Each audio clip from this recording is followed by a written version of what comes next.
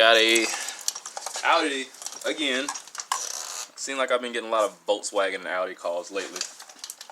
But this one just needs some basic maintenance. I will do another video with the extended crank that this also has, so we can go a little in depth with how those spark plugs look.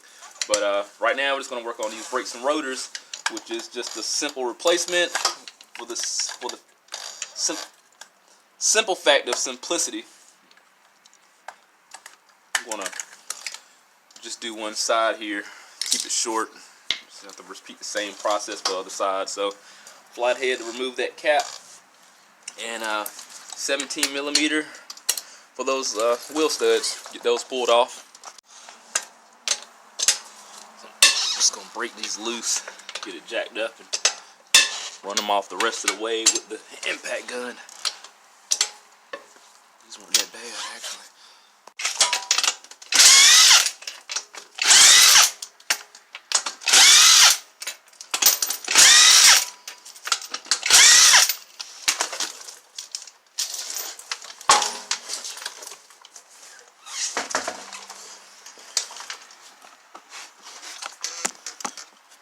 Here we got the brakes. It's like any other brake and rotor on any Audi. It really reminds me of BMWs. But I will. So we have the brakes and rotors exposed, just like any other Audi. Just going to use some basic hand tools to get these off. There's a star bit down here to get off the fastener for the rotor, and we're going to find out what tools we need for the back. Look like a 13, and I think the fastener holding in the mounting bracket probably be like a 17 or something. I don't know yet. But you have to replace these rotors when you pull them off. They have a lip on it. If you don't, you'll experience brake noise, and that's going to be very annoying. So just do it right the first time, and you don't have to worry about it. Because I would assume if you have an Audi, you have the money to get your brake service. These cars they're not Toyotas. They're not cheap. I got a semi-metallic pad, and I'm pretty sure there's a semi-metallic that goes on here because they really ate into the rotor. I highly doubt this is a softer metal, being that this will happen with aftermarket ones too.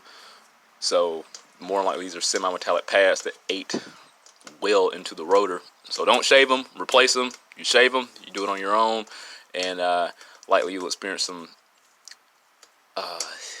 some discrepancies with braking, such as excessive heat. It's not going to stop as well because of the surface area, and probably some other issues affiliated with clearance, So, but the brakes did come with a sensor here, so we're going to replace this wear indicator, and it's going to be a traditional, just a standard replacement. It's this brake wear indicator off. Cooperate. Yep, nope. It's fine because we got a new one anyway. So we'll take this off the back here. Let's twist out.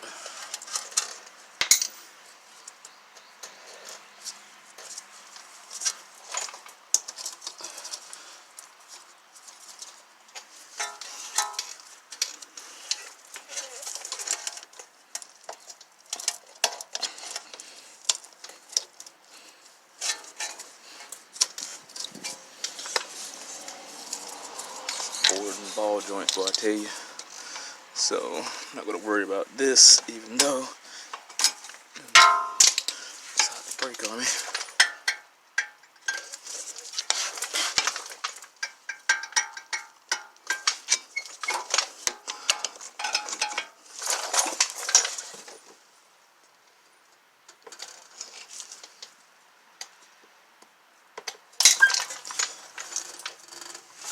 Take a 13, go on the side here.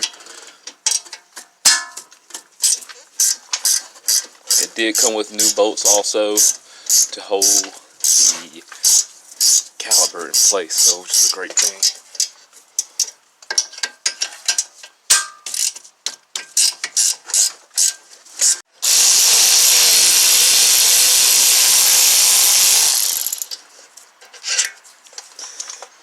13. It was a ½ inch instead of a 13. It's gonna be a little smaller than a.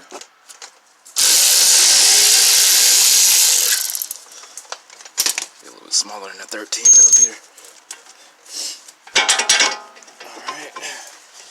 I gotta take the front clip off. As I forget.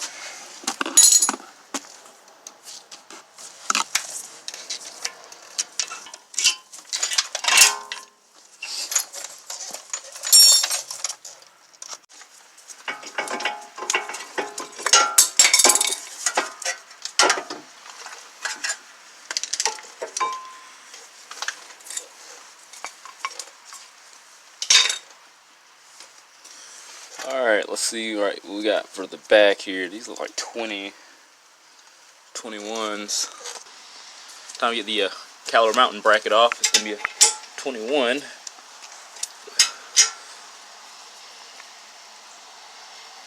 think I wound up grabbing a 7/8, but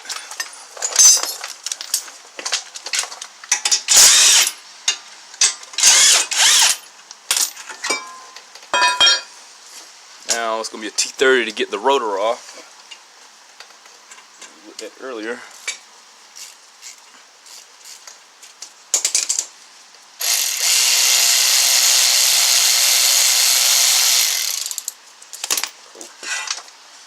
And a hammer, of course.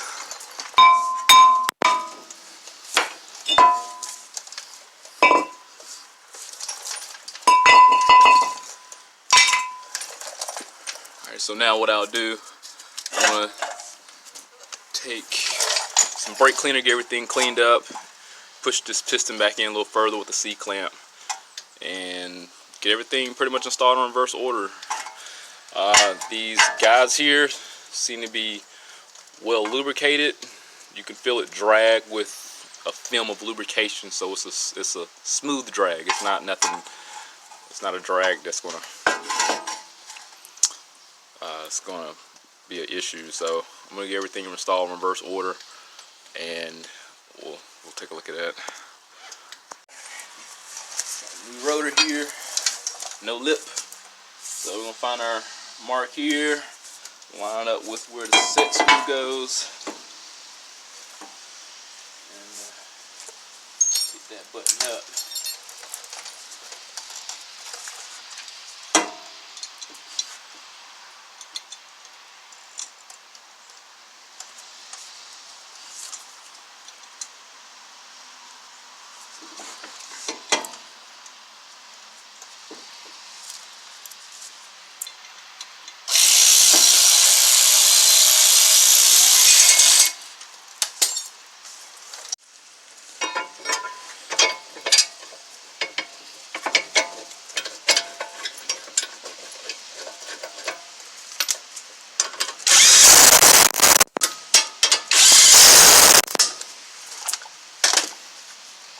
Alright, so we get the pad back in there. The ones with the slight little claw looking thing here, this is going to sit inside the piston, and the brake wear indicator is going to be facing up through the opening here.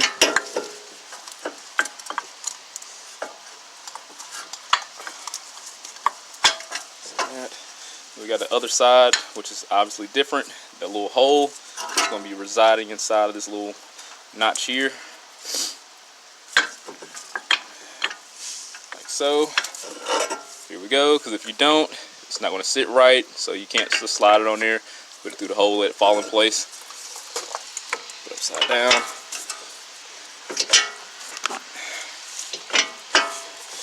There we go. Like I said, it came with new screws, so get those put back in place.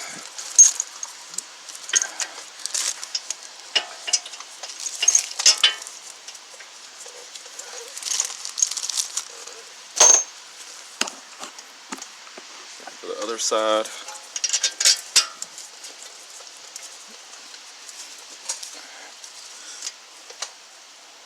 I really need to get a 13 versus.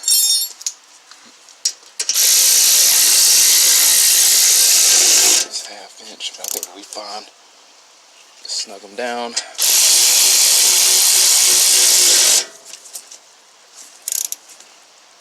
Snug that down.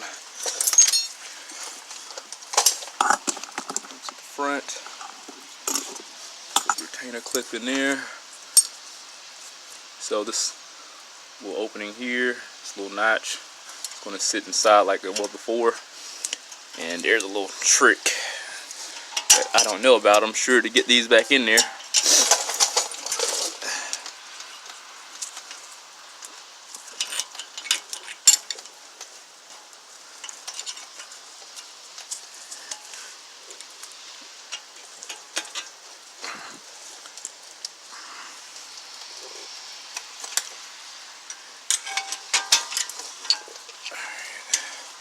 So that's back in like so.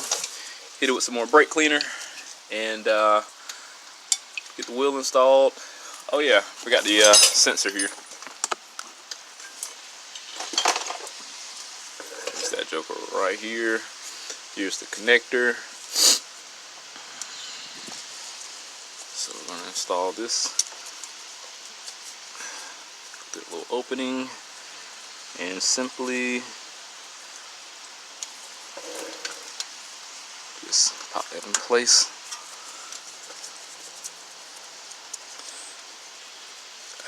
Went through the cover for the bleeder.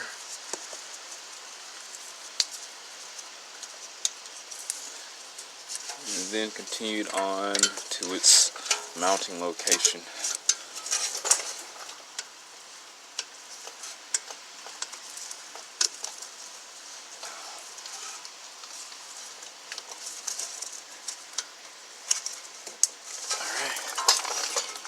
That's that. Let that relax. Alright, like I said, hit it with some more brake cleaner, but other than that, just pretty much cut and dry. Used a 21 13mm, a 30T star bit, a hammer to knock off the rotor if you need to, and I guess a little bit of patience. So 17 if you must know to get the tire off, because I can't imagine not being able to get the tire off without it. But so 17, 21 T30 hammer, and of course a C-clamp, flathead to compress the piston back in, and a little bit of patience and brake cleaner. But other than that, hey, this car is knocked out. Hit that link, subscribe to the channel, have the reassurance of my work. See you on the next one.